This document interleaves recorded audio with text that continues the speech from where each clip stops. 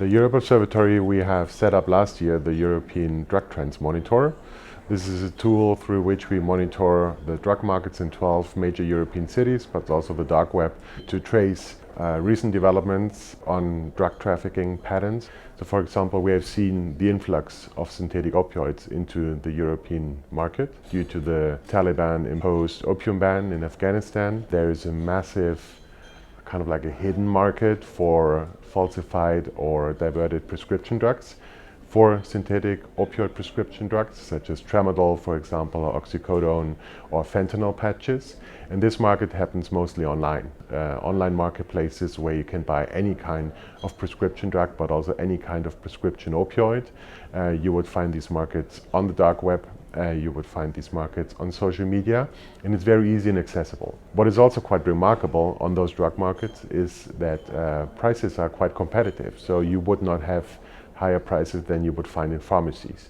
So it's quite an easy, accessible market. So it's a little bit like an Amazon of drug markets. So you see a lot of emojis, a lot of advertisement, you have check-in and check-out options, you have a shopping cart, you have different payment options, and you have home delivery.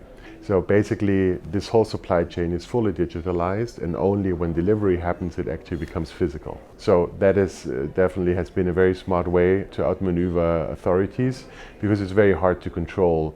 Just to give you an idea, at the Leipzig airport, there's an air freight center, and that air freight center handles 2.5 million tons of freight a day. And that is an air freight center that mostly is dealing with all the illicit commerce with Asia. So it's basically looking not even for a needle in a haystack, it's mostly looking for a needle in an ocean. It's very, very hard to control. When you look at the plant-based drugs, as for example cocaine, we have seen a massive increase of cocaine seizures in the past decade in Europe, but last year, for the first time, we saw a decrease again in major northwestern European ports such as Antwerp, Rotterdam or Hamburg. So what does it mean? Does it mean that less cocaine is coming in?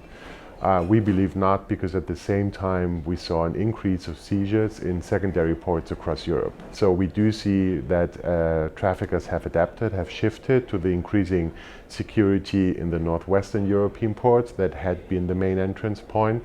And now cocaine trafficking is spreading out over Europe to sometimes very, very small ports and marinas. And this is definitely also a strategy to outmaneuver law enforcement and of course to adapt to growing security efforts by European member states. So what we do see here is a low risk and high profit market that has emerged, and a new form of organized crime on the European market.